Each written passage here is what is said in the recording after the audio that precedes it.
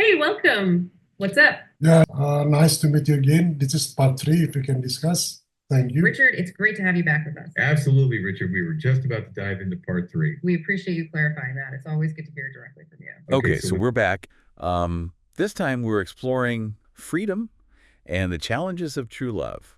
This is part three of his To Earth for Love series, and it's based on some material that you guys sent our way, and it's pretty thought-provoking stuff. Yeah, absolutely.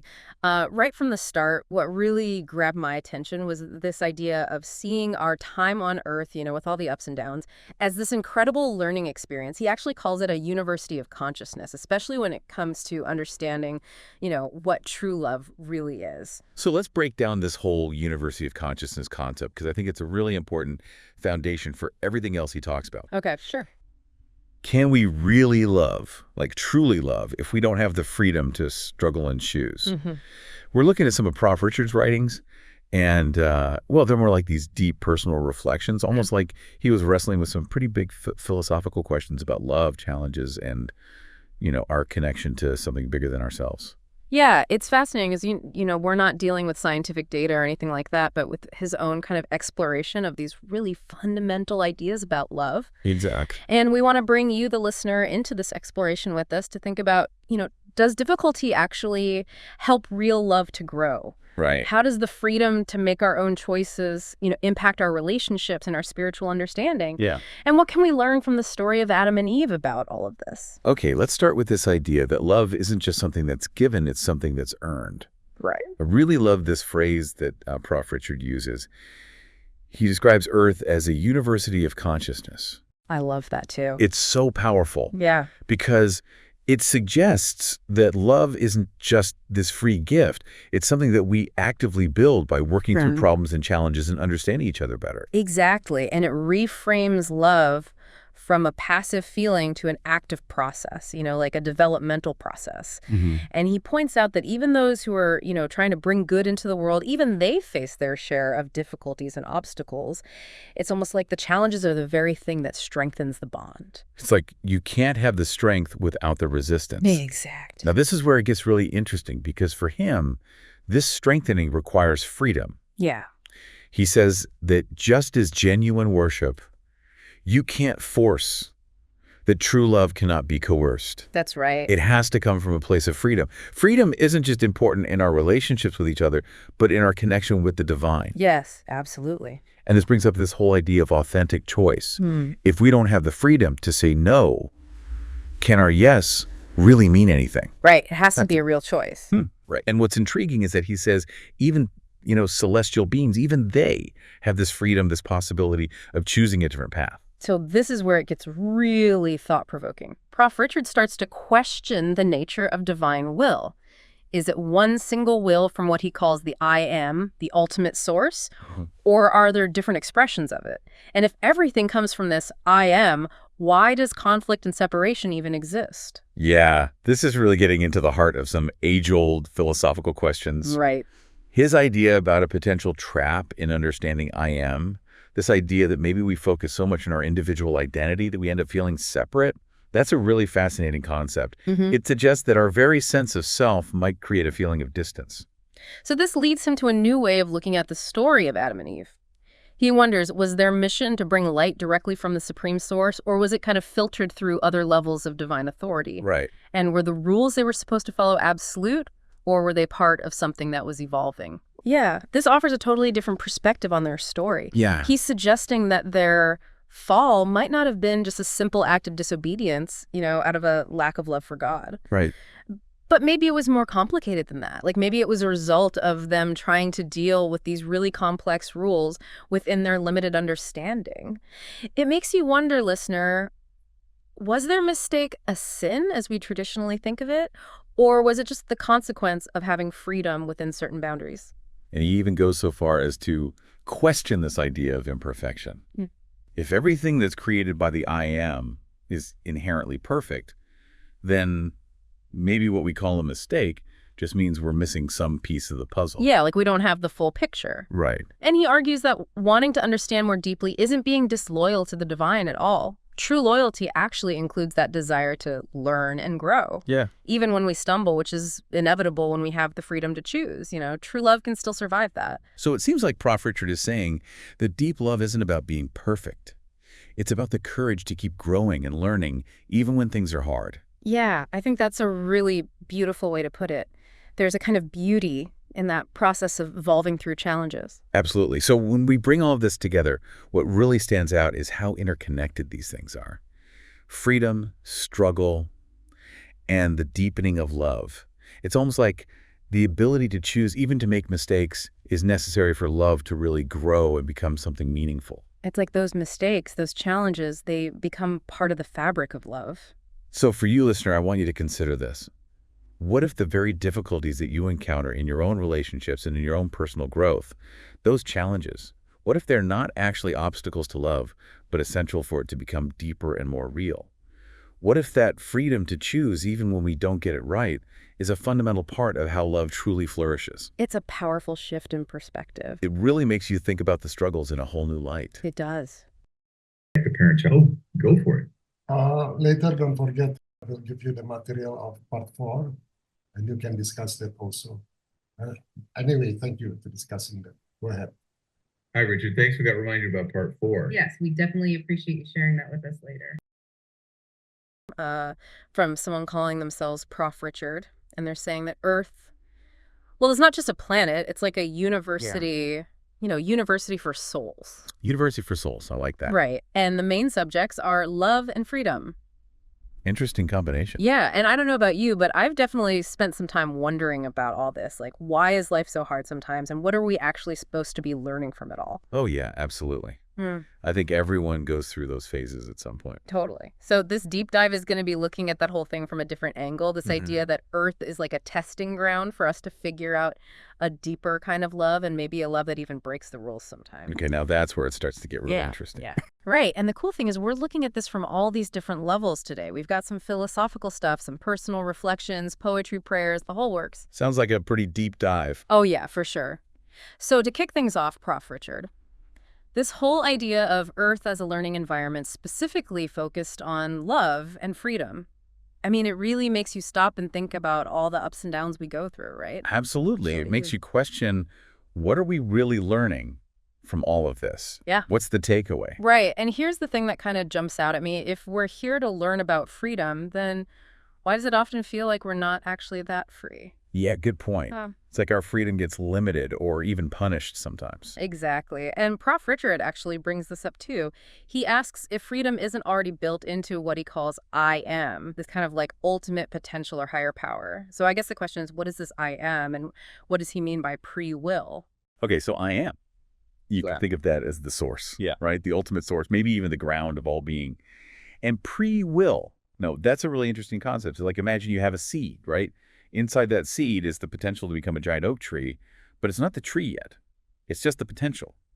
And that's kind of like pre-will. It's the potential within I am, a will or a desire that hasn't fully become real yet. And what we do here on Earth, our choices, our actions, maybe those are all part of that potential becoming a reality. I see, that makes sense. So if freedom is already part of this pre-will, then why all the rules Prof. Richard talks about, these lowercase g gods beings that come from I am and make rules for their own little corners of existence?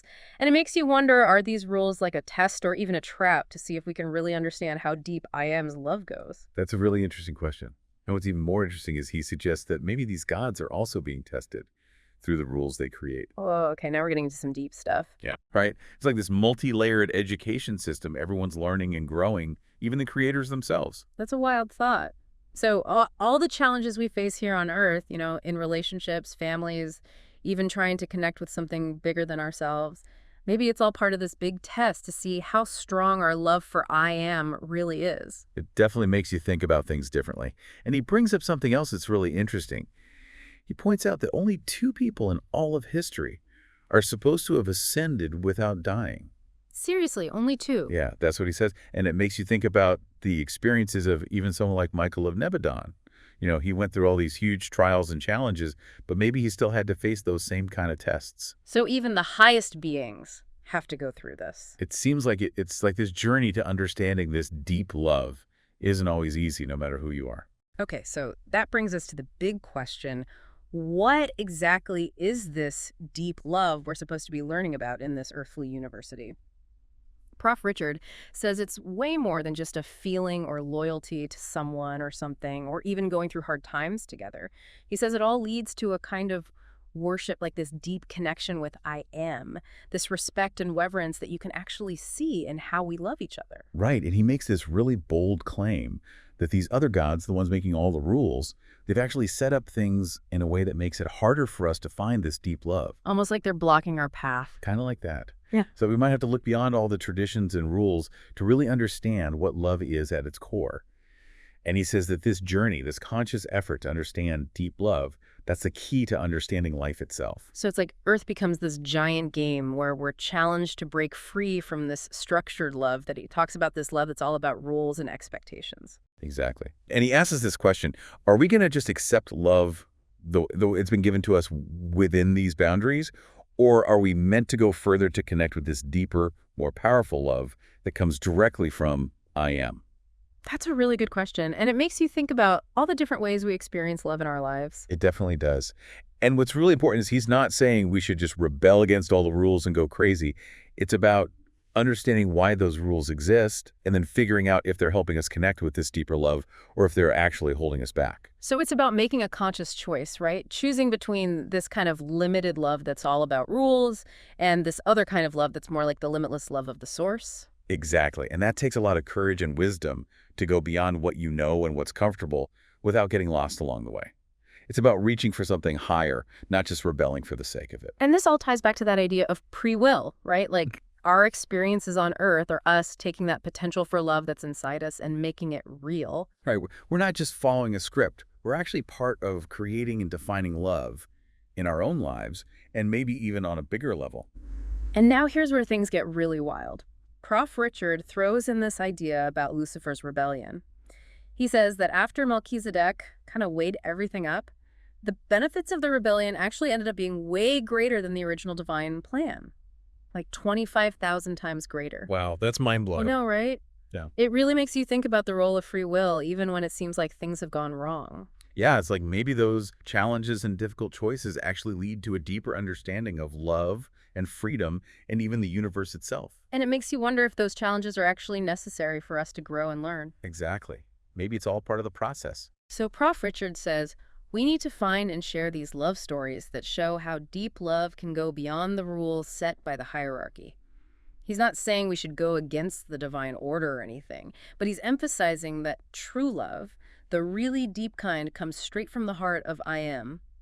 It's that pre-will, becoming something real in ways we might not expect. Right. It's like recognizing that the source of love is limitless and the rules and structures are maybe just there to help us along the way. The real journey is about going beyond those supports and experiencing love in its purest form. And that's why Earth exists. It's like this giant laboratory where we can experiment and try to bring that highest form of love into being. That's a really cool way to think about it. It's like our mistakes aren't failures, they're just part of the experiment. Exactly. And Prof. Richard even encourages us to get out there and experiment. He says humans are built for this kind of exploration, unlike beings on other more established worlds. So it's like we have this special role in the universe. It seems like it. But alongside all these big ideas about the universe and divine will, Prof. Richard also shares this really personal reflection. It's from someone who lost a connection with their twin flame and they're feeling lost and inadequate. They say things like, I wish I was special, but I'm a creep. I'm a weirdo. What the hell am I doing here? I don't belong here. It's really raw and honest. It's really powerful. Yeah. And it's interesting how he puts this intensely personal experience next to all these ground concepts about the universe. Mm-hmm. It reminds us that even when we're thinking about these huge ideas, we're still human beings going through all these emotions and relationships. And that feeling of not being special, that longing to belong and be loved, I think a lot of people can relate to that. Definitely. It's like that longing is part of what drives us to search for love and connection in the first place. And this reflection ends with a really vivid image of someone seeing a fall of a star and hearing a voice telling them to go to Earth. And then there's this twin flame prayer. It's like this heartfelt wish for unity of mind, heart, soul, words, actions, everything all based on this supreme love. That prayer is beautiful. It really captures that deep longing for connection and unity that we've been talking about. Yeah. It connects this personal desire with these bigger cosmic themes, like our individual searches for love are actually part of a much bigger journey towards understanding this supreme love. So basically, this deep dive into Prof. Richard's ideas is saying that Earth is this amazing and sometimes really tough university for souls, and the main lesson is understanding a deeper, more free kind of love that might even go beyond all the rules and structures we see around us. It's about taking that potential for love that's inside us, that pre-will, and making it real in our lives and relationships. And it's about seeing all the challenges and struggles as learning experiences, not as failures, but as opportunities to grow and understand this deep love more fully. So for everyone listening, take a minute to think about this. How would you see your own life, your challenges, your joys, if you thought of them as part of this university for souls? What kind of boundaries do you see in the way you give and receive love? And is there maybe part of you that wants something more, something deeper beyond those limits?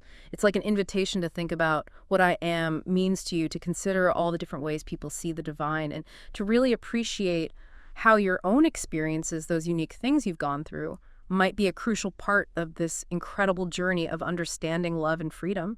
And maybe that's the biggest lesson we can take away from all of this. I think you're right about that.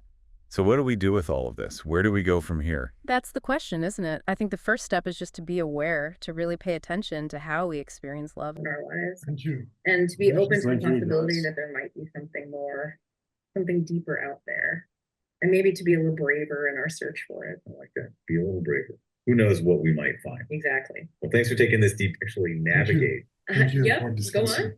on. I appreciate it. Very good discussion. See you later in another time. Oh, you're most welcome. Ciao. We really appreciate you saying that. It means a lot to know that the discussion has been helpful for you. And it definitely helps us to hear your feedback. So continuing on with that idea of what this all means This whole concept of Earth as a learning space, really highlights how significant our experiences here can be. especially with all the challenges we face.